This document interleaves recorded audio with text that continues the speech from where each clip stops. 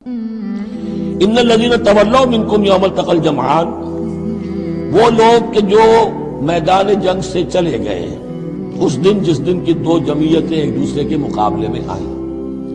یہ تذکرہ ہو رہا ہے کچھ ایسے حضرات کا کہ جو جنگ کی جب شدت ہوئی تو وہ جان بچانے کے لیے جیسے کچھ لوگ کوہ احد پر چڑھے تھے وہ ذرا اس سے آگے بڑھ کر میدان ہی سے فرار کر گئے۔ ان میں حضرت عثمان رضی اللہ تعالیٰ عنہ کا نام بھی آتا ہے۔ اب وہ کیفیت ایسی اضطراری کیفیت تھی کہ اس میں کسی سے کسی ضعف کا کمزوری کا اظہار ہو جائے تو وہ بالکل ایک قرین قیاس بات ہے۔ جب حضرت عمر سے اظہار ہو گیا تو اور بہرحال حضرت عثمان رضی اللہ تعالیٰ عنہ کا درجہ تو ان کی بات ہی ہے، وہ جذبات میں آ کر تلوار چھوڑ کر بیٹھ گئے۔ تو اسی طرح کی بات ہے، ان الذین تولوا منکم یوم التقى الجمعان، بے شک وہ لوگ جو ہٹ گئے میدان سے، فرار کی راہ اختیار کر گئے جس دن کے دو فوجیں آپس میں لڑی، انما استزلهم الشیطان بعد ما کسبوا، یہ اصل میں شیطان نے ان کے پاؤں پھسلا دیے تھے ان کے بعض افعال کی وجہ سے۔ کوئی کسی وقت تقصیر ہو گئی ہے، کوئی کوتاہی کسی وقت ہو گئی ہے، وہ ہر ایک سے ہو سکتی ہے، معصوم تو صرف نبی ہوتے ہیں۔ اس کی وجہ سے شیطان کو پھر موقع مل جاتا ہے کہ کسی موقع پر وہ اڑنگا لگا کر اس شخص کو، خواہ وہ کتنا ہی نیک ہو، کتنا ہی صاحب رتبہ ہو، پھر یہ کہ کہیں کسی جگہ پھسلا دے۔ وَلَقَدْ عَفَا اللَّهُ عَنْهُمْ، اللہ انہیں معاف کر چکا ہے۔ یہ الفاظ بہت اہم ہیں، اس لیے کہ اہل تشیع نے اس چیز کو بہت اچھالا ہے۔ حضرت عثمان کی جو ہے وہ توہین کرتے ہیں، ان کے اوپر تنقید کرتے ہیں کہ یہ تو بھاگ گئے تھے میدان جنگ سے پیٹ دکھا کر، اب وہاں یہ بھول جاتے ہیں کہ اللہ تعالیٰ نے تو اعلان کیا ہے ان کی معافی کا، چاہے حضرت عثمان تھے یا اور بھی تھے۔ وَلَقَدْ عَفَا اللَّهُ عَنْهُمْ، اللہ انہیں معاف کر چکا ہے۔ اب کسی مسلمان کے لیے جائز نہیں ہے کہ ان پر زبان تانگ دراز کرے۔ ان اللہ غفور حلیم، یقیناً اللہ تعالیٰ معاف فرمانے والا اور حلم والا ہے، حلیم۔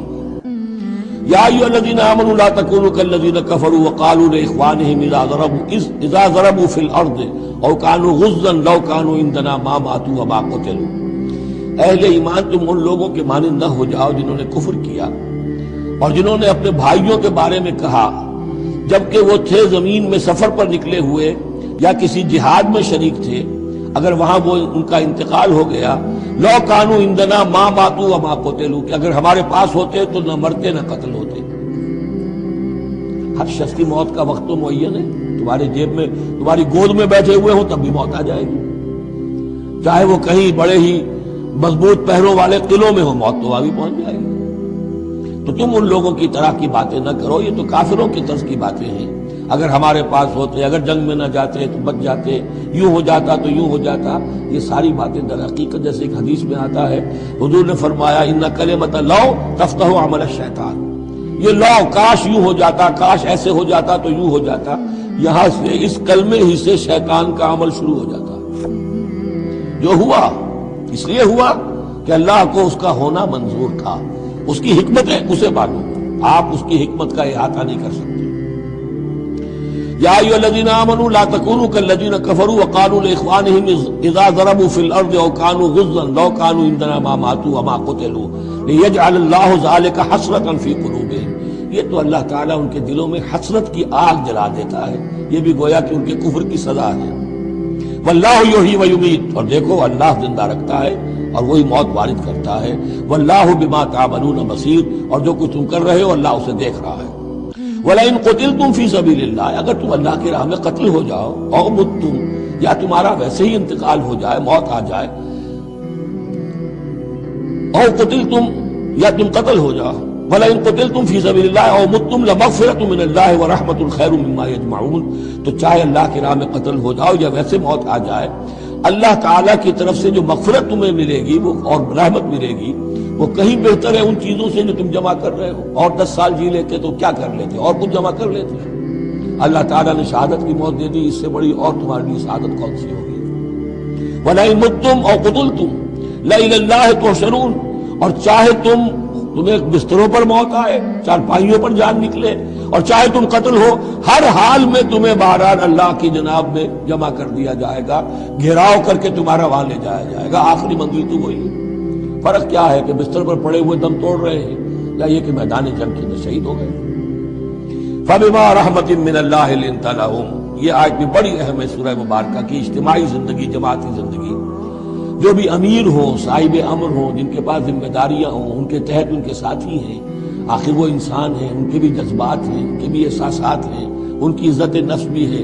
ان کے ساتھ نرمی کی جانی چاہیے، سختی نہیں. کوئی ملازم ہے، ملازم کے ساتھ آپ سختی کر سکتے ہیں، لیکن یہ تو والنٹیئرس ہیں. جو بھی آیا ہے، جو بھی حضور کے ساتھ تھا، کون تھا؟ وہ کوئی تنخواہ یافتہ سپاہی تو نہیں تھا، وہ کوئی مرسنریز تو نہیں تھے. یہ لوگ آئے ہیں، ایمان کی وجہ سے آئے. اب بھی کوئی جماعت ہے، دینی جماعت بنی ہے، تو جو بھی لوگ اس میں کام کر رہے ہیں، تو وہ جو ساتھی ہیں ان کے ساتھ ان کے امراء کو نرم رویہ اختیار کرنا چاہیے. فَبِمَا رَحْمَةٍ مِّنَ اللَّهِ لِنْتَ لَهُمْ. تو یہ تو اللہ کی رحمت کی بات ہے. اللہ کی رحمت کا مظہر ہے نبی کہ آپ ان کے حق میں بہت نرم ہیں. وَلَوْ كُنْتَ فَظًّا غَلِيظَ الْقَلْبِ. اور اگر ہوتے آپ تند خو اور سخت دل، لَانفَضُّوا مِنْ حَوْلِكَ، تو یہ آپ کے ارد گرد سے منتشر ہو جاتے، آپ کو چھوڑ کر چلے جاتے. کوئی کارواں سے ٹوٹا، کوئی بدگما حرم سے، کہ امیر کارواں میں نہیں خوئے دل نوازی. لَانفَضُّوا مِنْ حَوْلِكَ فَاعْفُ عَنْهُمْ. اب چونکہ اتنی بڑی غلطی ہوئی تھی، بہت بڑا چرکا لگ گیا تھا مسلمانوں کو، حضور سے کہا جا رہا ہے اپنے ان ساتھیوں کے بارے میں بھی اپنے دل میں میل مت آنے دیجیے. غلطی ہو گئی ہے، کوتاہی ہو گئی ہے، اللہ نے معاف کر دیا ہے. فَاعْفُ عَنْهُمْ، تو آپ بھی انہیں معاف کر دیں. عام حالات میں بھی معاف کرتے رہا کریں. وَاسْتَغْفِرْ لَهُمْ، جو خطا ہو گئی یا ہو جائے اس پر استغفار کیا کریں ان کے لیے. وَشَاوِرْهُمْ فِي الْأَمْرِ، اور یہ نہ کریں کہ اب آئندہ ان کی کوئی بات نہیں سننی. نہیں، مشورے میں شامل رکھیے ان کو بھی، اور ان سے مشورہ کرتے رہا کیجیے امر پہ. اس سے بھی باہمی اعتماد پیدا ہوتا ہے کہ ہمارا امیر ہم سے مشورہ کرتا ہے، ہماری بات کو اہمیت دیتا ہے. یہ بھی گویا کہ در حقیقت اجتماعی زندگی کے لیے بہت ہی ضروری بات ہے. فَإِذَا عَزَمْتَ، البتہ جب مشورے کے بعد آپ کا دل ٹھک جائے، آپ ایک ارادہ کر لیں، فیصلہ کر لیں، فَتَوَكَّلْ عَلَى اللَّهِ، تو اب کسی شخص کی بات کی پرواہ نہ کیجیے، پھر توکل سارا اللہ کی ذات کی. یعنی حضور نے مشورہ کیا تھا اس وقت، کچھ لوگوں کی رائے وہی تھی جو حضور کی رائے تھی، لیکن کچھ حضرات نے کہا کہ ہم تو کھلے میدان میں، ہم کاہے کو جان بچا کر بیٹھے یہاں پر، ہمیں تو شہادت کی موت چاہیے، شہادت مطلوب و مقصود مومن. تو حضور نے ان کی رعایت کی، فیصلہ کر دیا. اب جو فیصلہ حضور کا ہے، اب اس پر توکل. اس لیے کہ اس کے فوراً بعد جب حضور حضرت عائشہ کے حجرے سے برآمد ہوئے ہیں تو خلاف معمول آپ نے زرہ پہنی ہوئی تھی، ہتھیار لگائے ہوئے تھے. اس سے اندازہ ہو گیا کہ معاملہ کچھ سخت ہے جو آنے والا ہے. تو پھر ان لوگوں نے کہا حضور ہم اپنی رائے واپس لیتے ہیں، جو آپ کی رائے اس پر عمل کر لیں.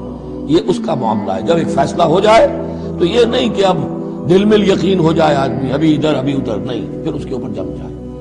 فَإِذَا عَزَمْتَ، جب آپ ایک فیصلہ کر لیں، فَتَوَكَّلْ عَلَى اللَّهِ، تو اللہ پر توکل کیجئے. ان اللہ یحب المتوکلین، یقیناً اللہ تعالیٰ توکل کرنے والوں کو پسند کرتا ہے. ان ینصرکم اللہ فلا غالب لکم، اے مسلمانوں دیکھو، اگر اللہ تمہاری مدد کرے گا کوئی تم پر غالب نہیں آ سکتا.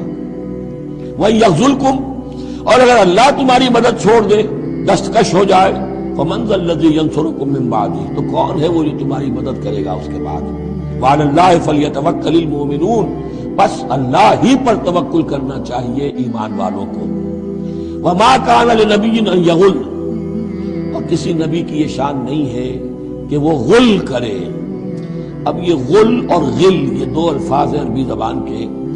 عام طور پر جو غل کا لفظ آتا ہے وہ مال غنیمت میں سے کسی چیز کا چوری کر لینا، اور غل ہے دل میں کینہ ہونا. تو ایک خیال تو یہ ہے، اور یہ روایات ہیں کہ حضور پر کچھ منافقوں نے الزام لگایا تھا کہ مال غنیمت میں آپ نے کوئی خیانت کی ہے، معاذ اللہ ثم معاذ اللہ. تو اس کا جواب دیا جا رہا ہے کسی نبی کی یہ شان نہیں ہے کہ وہ کوئی چوری کرے، کوئی چیز چھپائے. وَمَن يَغْلُلْ يَأْتِ بِمَا غَلَّ يَوْمَ الْقِيَامَةِ، اور جو کوئی ایسا کام کرے گا وہ تو پھر جو کچھ اس نے چھپایا ہوگا لے کر حاضر ہوگا قیامت کے دن.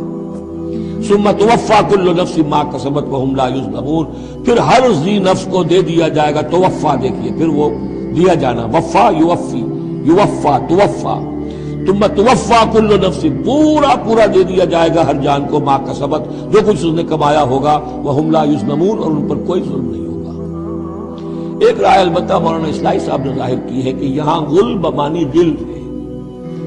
یعنی الزام یہ لگایا گیا تھا منافقین کی طرف سے، عبداللہ ابن ابی کی طرف سے، کہ یہ بڑے ایمبیشس آدمی ہیں محمد صلی اللہ علیہ وسلم، اور یہ عرب پر اپنی حکومت قائم کرنے کے لیے انہوں نے ہماری جانوں کو تختہ مشق بنایا ہے، ہمیں استعمال کر رہے ہیں، ہمیں مروا رہے ہیں، تو گویا کہ ہماری خیر خواہی نہیں کر رہے بلکہ ان کے دلوں میں ہماری جو ہے وہ بدخواہی ہے۔ تو یہ غل کے معنی میں یہ ان کا مفہوم ہے جو انہوں نے لیا ہے، واللہ اعلم۔ افمن اتبع رضوان اللہ کمن باء بسخط من اللہ، تو کیا بھلا وہ شخص جس نے اللہ کی رضا کی پیروی کی اس کے مانند ہو جائے گا جو اللہ کے غضب اور غصے کو کما کر لایا، ومأواہ جہنم، اور اس کا ٹھکانہ جہنم ہے، وبئس المصیر، اور وہ بہت ہی بری جگہ ہے پہنچنے کی۔ ہم درجات عند اللہ، ان کے بھی درجے بندیاں ہیں اللہ کے ہاں، جیسے نیکوکاروں کے درجے ہیں بدکاروں کے بھی درجے ہیں، سب بدکار برابر نہیں، سب نیکوکار برابر نہیں۔ واللہ بصیر بما یعملون، اور جو کچھ یہ کر رہے ہیں اللہ اسے دیکھ رہا ہے۔ اب یہ آیت بھی پھر دیکھیے، سورہ جو بقرہ میں 2 دفعہ آیا تھا مضمون، وہ اب تیسری مرتبہ یہاں آ رہا ہے۔ حضرت ابراہیم حضرت اسماعیل کی دعا میں مضمون آیا تھا، ربنا وبعث فیہم رسولا منہم یتلو علیہم آیاتک ویعلمہم الکتاب والحکمۃ ویزکیہم۔ پھر آ گیا تھا 18ویں رکوع کے آخر میں، کما ارسلنا فیکم رسولا منکم یتلو علیکم آیاتنا ویزکیکم ویعلمکم الکتاب والحکمۃ ویعلمکم ما لم تکونوا تعلمون۔ اب یہ تیسری مرتبہ مضمون آیا، لقد من اللہ علی المؤمنین، اللہ نے بہت بڑا احسان کیا ہے اہل ایمان پر، اذ بعث فیہم رسولا من انفسہم، جب ان میں اٹھایا ایک رسول انہی میں سے، ان کی اپنی جانوں میں سے، ان کی اپنی قوم میں سے، یتلو علیہم آیاتہ، جو تلاوت کرتے سناتا ہے انہیں اس کی آیات، ویزکیہم، اور انہیں پاک کرتا ہے۔ ترتیب اب ہمیشہ کے لیے یہی ہوگی، تلاوت آیات، تزکیہ، اور پھر تعلیم حکمت، تعلیم کتاب و حکمت۔ وَيُعَلِّمُهُمُ الْكِتَابَ وَالْحِكْمَةَ، اور تعلیم دیتا ہے انہیں کتاب اور حکمت کی۔ وَإِن كَانُوا مِن قَبْلُ لَفِي ضَلَالٍ مُبِينٍ، اور یقیناً اس سے پہلے یعنی رسول کی آمد سے قبل تو وہ لازماً کھلی گمراہی کے اندر مبتلا تھے۔ اولما اصابتکم مصیبۃ قد اصبتم مثلها قلتم ان ھذا، تو جب تم پر ایک مصیبت آئی جب کہ تم اس سے دگنی مصیبت جو ہے ان کو پہنچا چکے ہو، قلتم ان ھذا، تم کہتے ہو یہ کہاں سے آ گیا، یہ کیوں ہو گیا، اللہ نے پہلے مدد کی تھی اب کیوں نہیں کی۔ قل ھو من عند انفسکم، اے نبی کہہ دیجیے یہ تمہارے اپنے نفسوں کی شرارت کی وجہ سے ہوا، تم نے غلطی کی، تم نے حکم کی خلاف ورزی کی۔ حتی اذا فشلتم وتنازعتم فی الامر وعصیتم من بعد ما اراکم ما تحبون ان اللہ علی کل شیء قدیر، اللہ تو ہر چیز پر قادر ہے۔ گویا کہ اسی مضمون کو دوہرا کر لایا گیا کہ وَلَقَدْ صَدَقَكُمُ اللَّهُ وَعْدَهُ، اللہ وعدہ اپنا پورا کر چکا تھا۔ وَمَا أَصَابَكُمْ يَوْمَ الْتَقَى الْجَمْعَانِ، البتہ یہ اللہ چاہتا تو کنڈون کر دیتا، تمہیں کوئی سزا نہ دیتا، معاف کر دیتا بغیر سزا دیے، لیکن یہ کہ اللہ کی حکمت کا تقاضا یہ ہوا کہ تمہیں سزا دی جائے، اس لیے کہ ابھی تو بڑے بڑے مراحل آنے ہیں۔ اگر اسی طرح تم نظم کو توڑتے رہے اور احکام کی خلاف ورزی کرتے رہے تو پھر تمہاری حیثیت جو ہے ایک جماعت کی تو نہیں ہوگی، پھر تو ایک انبوہ ہے، ہجوم مومنین ہوگا، جماعت، لشکر، فوج، حزب اللہ درکار تو وہ ہے۔ وما اصابکم یوم التقى الجمعان، اور جو بھی مصیبت تم پر آئی ہے اس دن جس دن کے دونوں لشکر بھیڑ گئے تھے آپس میں، فباذن اللہ، وہ اللہ کے اذن سے آئی ہے، بغیر اللہ کے اذن کی تو یہ تکلیف نہیں آ سکتی تھی۔ وَلِيَعْلَمَ الْمُؤْمِنِينَ، اور یہ اس لیے کہ اللہ جان لے کہ کون ہے اصل مومن، حقیقی مومن، صابر مومن، جو مستقیم مومن ہے۔ وَلِيَعْلَمَ الَّذِينَ نَافَقُوا، اور تاکہ دیکھ لے کہ کون ہے منافق۔ اور یہاں اصل ترجمہ ہم کرتے ہیں تاکہ اللہ ظاہر کر دے کہ کون ہے مومن اور ظاہر کر دے کہ کون ہے منافق۔ کھل گیا کہ نہیں؟ 300 کو لے کر عبداللہ ابن ابی چلا گیا تو اب سب کو پتہ تو چل گیا، آئندہ ان کی بات پر اعتبار تو نہیں کریں گے، وہ چکنی چپڑی باتیں کریں گے تو ان کی باتیں جو ہے کان لگا کے سنیں گے تو نہیں۔ تو اللہ تعالیٰ نے چاہا کہ who's who and what is what یہ بالکل مبرہن ہو جائے، واضح ہو جائے۔ وقیل لہم تعالوا، اب یہاں وہ تذکرہ ہو رہا ہے آخر میں اس واقعے کا کہ جب کہ عبداللہ ابن ابی 300 آدمیوں کو لے کے واپس چلا گیا، اس وقت کچھ لوگوں نے اس سے کہا ہوگا کہ کہاں جا رہے ہو بے وقوفو، اس وقت تو لشکر سامنے آمنے سامنے کھڑے ہیں اور 300 آدمی نکل جائیں 1000 میں سے تو بقیہ جو باقی ہیں ان کے بھی کچھ نہ کچھ دلوں میں کمزوری پیدا ہوگی، جیسے کہ بنو حارثہ اور بنو سلمہ کے اندر کمزوری عارضی طور پر پیدا ہو گئی تھی۔ تو سمجھانے والوں نے جب کہا وقیل لهم تعالوا قاتلوا فی سبیل اللہ او ادفعوا، آؤ بھائی آؤ، کہاں جا رہے ہو؟ اللہ کی راہ میں قتال کرو یا دفاع کرو۔ دفاع ہو رہا ہے تو مدینے کے اوپر حملہ ہوگا تو کیا ہوگا؟ اگر یہاں پر یہ لشکر جو ہے شکست کھا گیا تو کیا تمہاری بہو بیٹیاں جو ہے پھر آ کر وہ انہیں لے کر اپنی باغیاں بنا کر نہیں لے جائیں گے؟ اللہ کی راہ میں جنگ کرو، اگر یہ نہیں تو کم سے کم دفاع جو ہے مدینے کا اس کے لیے تو کھڑے رہو۔ قالوا لو نعلم قتالا لاتبعناکم، ان کا اگر ہم سمجھتے کہ جنگ ہونی ہے تو ہم ضرور تمہارا ساتھ دیتے۔ یعنی یہ تو در حقیقت نورا کشتی ہو رہی ہے، یہ حقیقت میں جنگ ہے ہی نہیں۔ یہ محمد کے ساتھی جو مہاجرین آئے ہیں مکے سے اور یہ جو مکے سے اب آئے ہیں چڑھ کر، یہ سب ایک ہیں کہ تھیلے کے چٹے بٹے ہیں اور ہمارا ان سے کوئی سروکار نہیں۔ لو نعلم قتالا لاتبعناکم ہم للکفر یومئذ اقرب منہم للایمان، اس دن وہ ایمان کی نسبت کفر سے قریب تر تھے۔ یقولون بافواہہم ما لیس فی قلوبہم، وہ اپنے منہوں سے وہ بات کہہ رہے ہیں جو ان کے دلوں میں نہیں ہے۔ واللہ عالم بما یکتمون، اور جو کچھ وہ چھپا رہے ہیں وہ اللہ کے علم میں ہے۔ الذین قالوا لاخوانہم وقعدوا لو اطاعونا ما قتلوا، یہ وہ لوگ ہیں کہ جنہوں نے کہا، ان کے جو بھائی جو وہاں پر مسلمان صادق الایمان تھے جو وہاں شہید ہو گئے، تو جو لوگ بیٹھے رہے تھے انہوں نے کہا لو اطاعونا ما قتلوا، اگر وہ بھی ہمارے ساتھ آ گئے ہوتے، ساتھ ہمارے چلے آتے، 300 ہم آئے تھے، وہ اور بھی آ جاتے تو قتل نہ ہوتے۔ قل فادرؤوا ان انفسکم الموت ان کنتم صادقین، تو اے نبی ان سے کہیے اچھا اگر سچے ہو تو اپنی جانوں سے موت کو ہٹا کر دکھاؤ۔ کیا موت سے بچے رہو گے؟ کیا موت یہاں گھروں میں نہیں آئے گی؟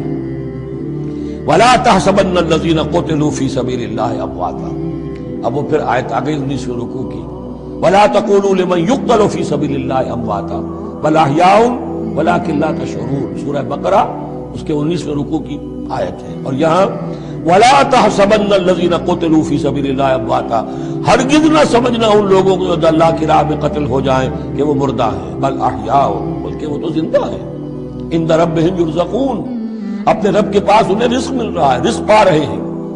فرحین بما آتاہم اللہ من فضلہ، وہ تو خوشیاں منا رہے ہیں، شادیانے بجا رہے ہیں جو کچھ اللہ نے اپنے فضل سے ان کو عطا کیا ہے۔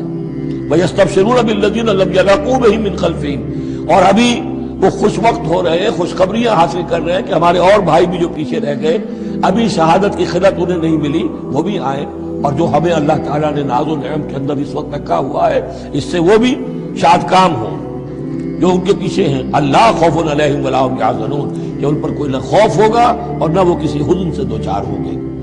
یستبشرون بنعمت من اللہ وفضل، اور وہ تو خوشیاں منا رہے ہیں اللہ تعالیٰ کی نعمت کی وجہ سے اور اس کے فضل کی بنا پر، وَأَنَّ اللَّهَ لَا يُضِيعُ أَجْرَ الْمُؤْمِنِينَ، اور یہ اس بات پر کہ اللہ تعالیٰ اہل ایمان کے اجر کو ضائع نہیں کرتا۔ الَّذِينَ اسْتَجَابُوا لِلَّهِ وَالرَّسُولِ مِن بَعْدِ مَا أَصَابَهُمُ الْقَرْحُ۔ اب یہاں اصل میں جو آیات آ رہی ہیں اس کے بارے میں دو قسم کی روایات ہیں تاریخ کی۔ ایک تو پختہ واقعہ یہ ہے کہ حضور صلی اللہ علیہ وسلم نے جب یہ پتہ چل گیا کفار چلے گئے، اب جو بھی کچھ ضروری کام تھے وہ کیے، جو بھی شہداء سے دفنایا، پھر اچانک آپ کو خیال آیا کہ یہ کفار چلے گئے ہیں، لیکن ہو سکتا ہے انہیں اپنی غلطی کا احساس ہو کہ مسلمان جو ہیں اس وقت تو یوں سمجھیے کہ وہ بالکل اس حالت میں تھے کہ ہم ختم کر سکتے تھے کہ دوبارہ نہ آ جائے، سیکنڈ تھاٹ نہ ہو۔ تو آپ نے فیصلہ کیا کہ مسلمانوں چلو تعاقب کرو تاکہ انہیں معلوم ہو جائے کہ ہماری ہمت ہاری ہوئی نہیں ہے، انہیں پتہ چلے گا کہ مسلمان اس وقت بھی اس کیفیت میں کہ ہمارے تعاقب میں آ رہے ہیں تو پھر وہ جرأت نہیں کریں گے۔ تو اس وقت اہل ایمان جو تھے انہوں نے اس کے باوجود کہ جسم جو ہے زخموں سے چور چور تھے، اتنا بڑا صدمہ پہنچا تھا، پھر وہ تیار ہو گئے اور حضور 8 میل تک ہمراہ الاسد تک چل کر آئے مدینے سے باہر، اور وہاں جو ہے ابو سفیان کو وہ خیال فی الواقع آ چکا تھا اور وہ لوٹنے کی فکر کر رہا تھا۔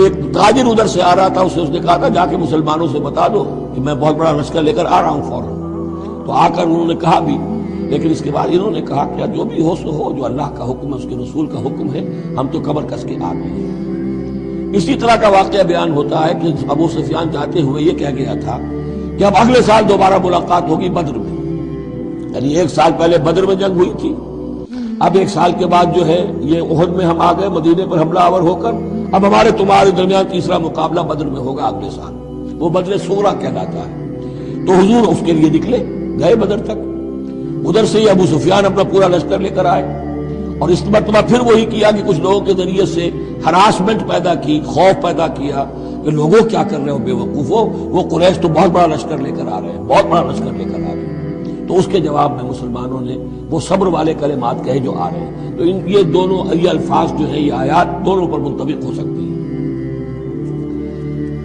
الذین استجابوا للہ والرسول من بعد ما اصابہم القرح، جن لوگوں نے لبیک کہی اللہ کی پکار پر اور رسول کی پکار پر اس کے بعد کہ انہیں چرکے لگ چکے تھے، زخم، ان کے جسم زخمی تھے۔ للذین احسنوا منہم واتقوا اجر عظیم، یقیناً ایسے محسنین اور متقین کے لیے بہت بڑا اجر ہے۔ الذین قال لهم الناس ان الناس قد جمعوا لكم، جنہیں آ کر خبردار کیا تھا اور جن کو خوف دلایا تھا لوگوں نے کہ دیکھو لوگ بڑی جمع ہو گئے ہیں، بڑی قوت، بڑی جمعیت آ رہی ہے، فخشوہم، ان سے ڈرو، فزادہم ایمانا، اس سے ان کے ایمان میں اور اضافہ ہو گیا۔ وقالوا حسبنا اللہ ونعم الوکیل، اور انہوں نے کہا اللہ ہمارے لیے کافی ہے اور اس کا سہارا سب سے اچھا سہارا ہے۔ فانقلبوا بنعمت من اللہ، ابو سفیان کو جب پتا چلا کہ محمد تو ہمارے تعاقب میں آ رہے ہیں تو انہوں نے عافیت اسی میں سمجھی کہ وہ پھر سیدھا مکہ کی طرف رخ کر لیا۔ اور یہی معاملہ ہوا ہے کہ بدر صغریٰ جو دوسری مرتبہ وہ بدر میں آنے کا، جب اس نے سنا کہ محمد رسول اللہ تو اپنے پورے ساتھیوں کے ساتھ آ گئے ہیں، تو کوئی کرنی کترا کر اور طرح دے کر نکل گیا، مقابلے میں نہیں آیا۔ فانقلبوا بنعمت من اللہ، تو وہ لوٹ آئے اللہ تعالیٰ کے انعام سے، نعمت سے، وفضل، اور اس کے فضل سے، لم یمسسہم سوء، کوئی برائی ان کو مس نہ کر سکی، کوئی تکلیف نہیں پہنچی، آزمائش تھی وہ اللہ نے کر لی۔ واتبعوا رضوان اللہ، انہوں نے تو اللہ کی رضا کی پیروی کی۔ واللہ ذو فضل عظیم، اور یقیناً اللہ تعالیٰ بڑے فضل کا مالک ہے۔ انما ذالکم الشیطان یخوف اولیاء، اے مسلمانوں یہ شیطان ہے جو تمہیں ڈراتا ہے اپنے ساتھیوں سے۔ وہ چاہتا ہے کہ اس کے جو ساتھی کفار ہیں، حزب الشیطان ہے، وہ اس کا خوف تمہارے اوپر قائم کر دیں۔ اور ایک معنی اس کے یہ بھی لیے گئے ہیں کہ شیطان کی اس تخویف کا اثر انہی پر ہوتا ہے جو اس کے ولی ہوتے ہیں۔ جو اولیاء اللہ ہیں ان پر شیطان کی طرف سے اس قسم کی وسوسہ اندازی کا اثر نہیں ہوتا۔ ذالکم الشیطان یخوف اولیاءہ، وہ ڈراتا ہے تمہیں اپنے دوستوں سے، یا ڈراتا ہے اپنے دوستوں کو جو شیطان کے ساتھ رشتہ رکھتے ہیں، جو اس کی باتیں سنتے ہیں، انہی پر اثر ہوتا ہے شیطان کی طرف سے اس قسم کی وسوسہ اندازیوں کا۔ فلا تخافوہم، تو تم ان سے مت ڈرو، وخافونی، مجھ سے ڈرو، ان کنتم مومنون، اگر تم سچے، اگر تم مومن صادق ہو۔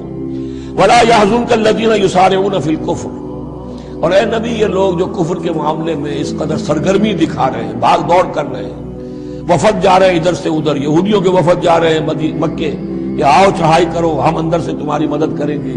اب یہ جو یوں سمجھیے جسے آج کل آپ کہتے ہیں کہ بڑی ڈپلومیٹک ایکٹیویٹی ہو رہی ہے اس وقت، ادھر ادھر جو پھر رہے ہیں، تو اے نبی اس سے آپ کوئی رنجیدہ نہ ہو، کچھ نہیں ہوگا۔ یہ سارا جو ہے وہ سیلاب کے اوپر کا جیسے جھاگ ہوتا ہے، اس کے سوا کچھ نہیں۔ ولا يحزنك الذين يسارعون في الكفر، جو لوگ یہ چلت پھرت دکھا رہے ہیں کفر کے لیے، اے نبی اس سے آپ رنجیدہ نہ ہو۔ انہم لن يضروا اللہ شیئا، وہ ہرگز اللہ کو کوئی نقصان نہیں پہنچا سکیں گے۔ یرید اللہ اللہ یجعل لهم حظا فی الآخرہ، یہ تو اللہ کے اس فیصلے کا ظہور ہے کہ اللہ نہیں چاہتا کہ ان کا کوئی حصہ آخرت میں ہو۔